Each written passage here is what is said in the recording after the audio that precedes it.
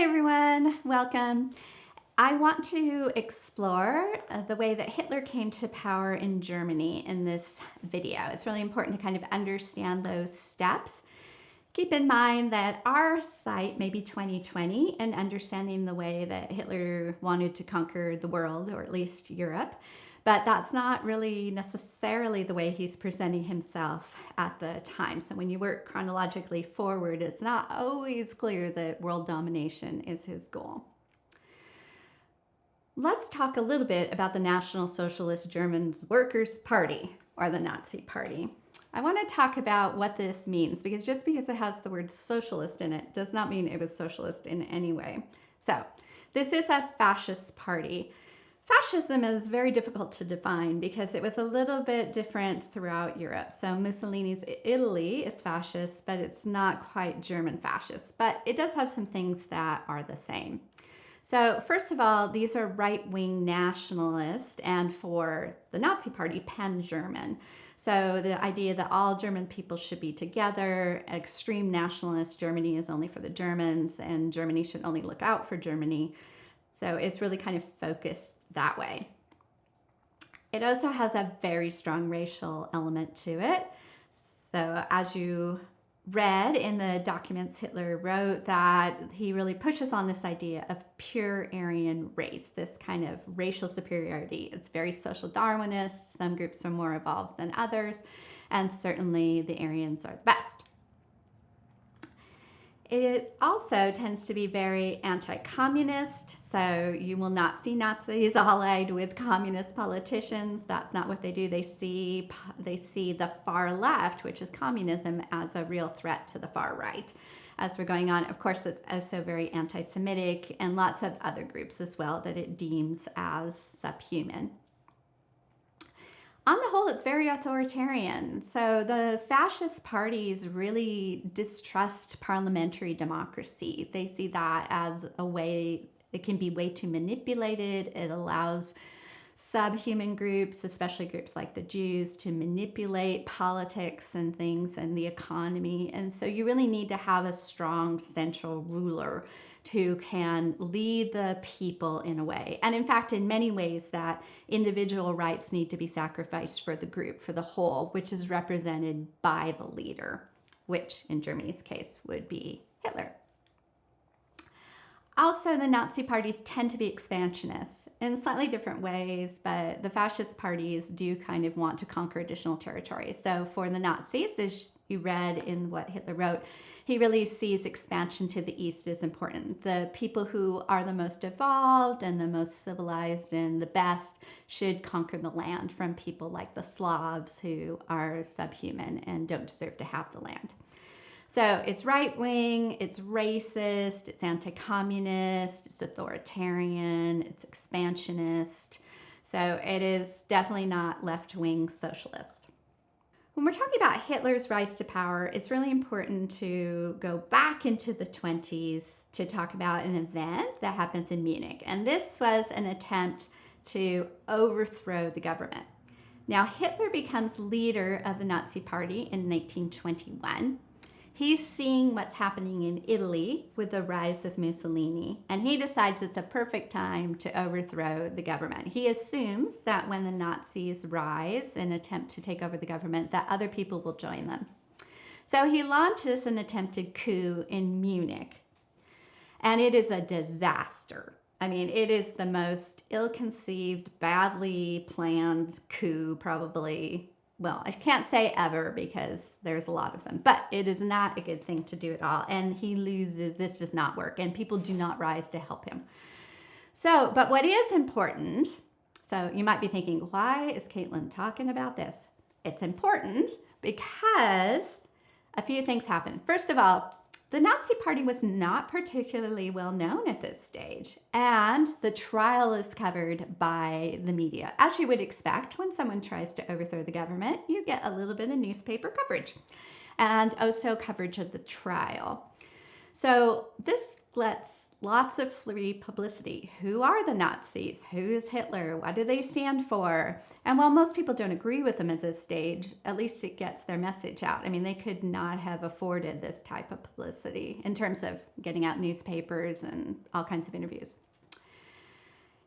This period also shows the Nazi Party that Hitler's really important, because while Hitler is in jail, because he is convicted, it's pretty obvious that he helped to do this coup or attempted coup, the party begins to fall apart. And so it's only when he gets out of jail that he's able really to unite the party back. So many in the party become convinced that Hitler is the necessary leader to bring the Nazis to power.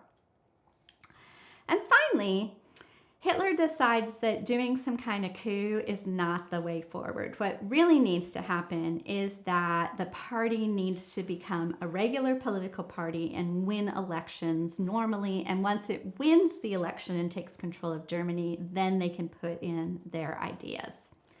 So he is going to really legally come to power. Okay? So this event in 23 is important. The second thing that's really important is the Great Depression. Throughout the 20s, the Nazi Party actually is not very popular at all, and it tends to not win most elections. It has hardly any representation. It's like those parties in the back of the voters' pamphlet when there's a presidential election, the Libertarians or the Green Party that tend to not get many votes.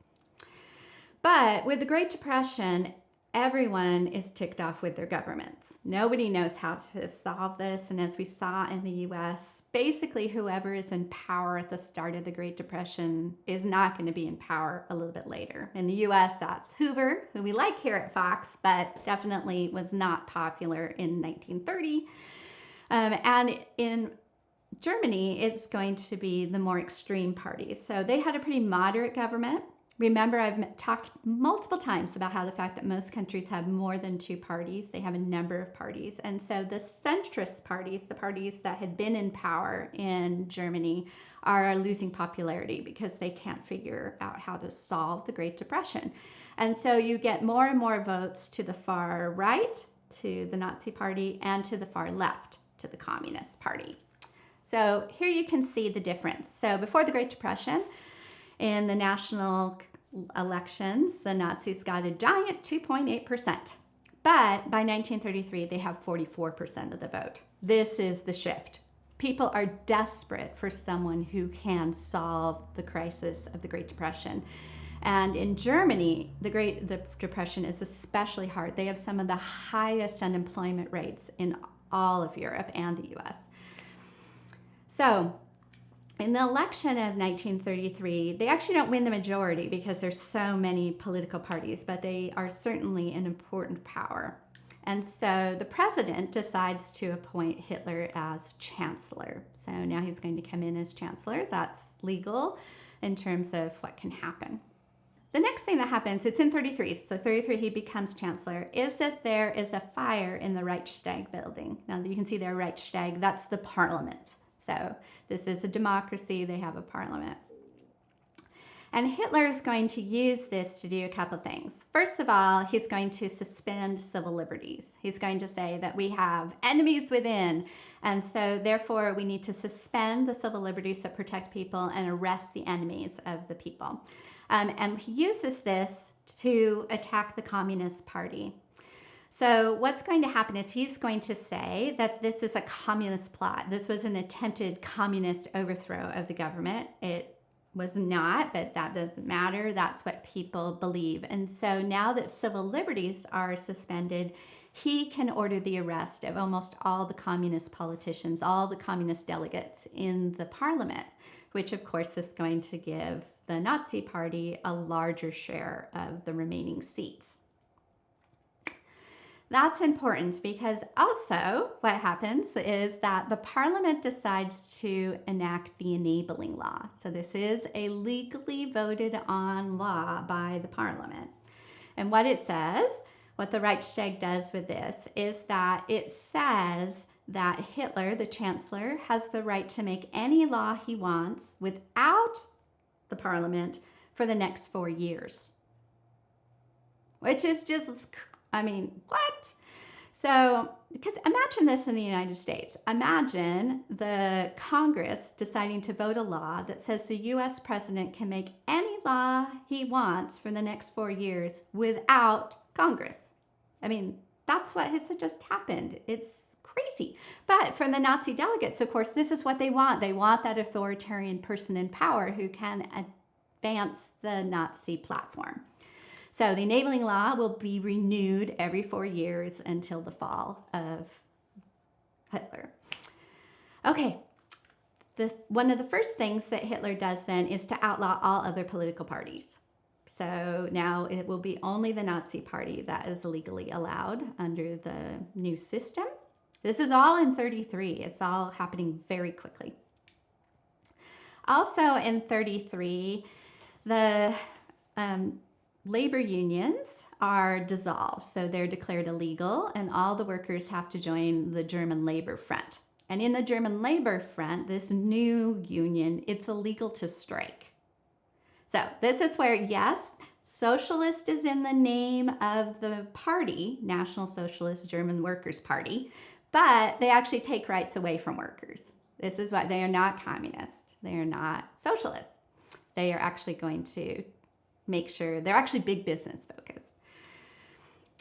Second, they established the Ministry of Propaganda and Culture, which immediately starts censoring everything. So newspapers, radio, everything is censored in terms of what can be published. They also quickly take over education, all the way up to the university level. So university professors are told that they're not to teach what is true, but what is in line with National Socialist ideas. And in fact, one of the very disturbing things in this very quick rise to power is how quickly the university students become involved. So they start burning books. In many universities, they start kicking out professors who are Jewish or not German enough. The books they're burning are books by Jewish authors or authors who are considered not appropriate. And these are people who didn't grow up in the Hitler Youth or anything. These are people who get caught up in this movement really quickly. The fact that Hitler is promising that he is going to fix the problems around the Great Depression, and also that he is going to restore German pride and honor. And people are really getting into this, especially kind of middle class university students, middle class businessmen, the church. This is the party of law and order. And certainly the opposite idea, or the other party that's popular, is communism, which is definitely not what Christians want. And so there's a lot of support. So just know this happens very quickly. Also, relatively quickly, the last thing I want to talk about is the Nuremberg laws. And the Nuremberg laws are the laws enshrining anti-Semitism. So first of all, one of the big debates is who is a Jew? Like, let's say I have one grandparent who's a Jew. Does that make me Jew, or am I still German enough? And so what happens in the Nuremberg laws is they define this as anyone with 3 or more, so 3 or 4 Jewish grandparents would be Jewish. Now, your parents might be Christian, you might be Christian, but if your grandparents were Jewish, you are Jewish, because this is not a religion, it's an ethnicity. So the Jewish DNA has been passed on down, and therefore you cannot be a pure Aryan German. You're clearly an enemy within. This is also the time that Jews lose full citizenship protection, so they are not full citizens under the law anymore. And it also, these laws make it illegal to marry or to have sexual relations with those who are not fully German. So a Jew, it's illegal for a Jew to be married to a German. And they have to deal with what to do because, of course, you can have people who are a Christian who consider themselves German, but they're Jewish by blood now, and they're married to a German. So what happens there? And for that, normally the spouse is considered kind of tainted now by the Jew that they've married, and so they're also kind of not trusted. So just know that Hitler comes to power legally.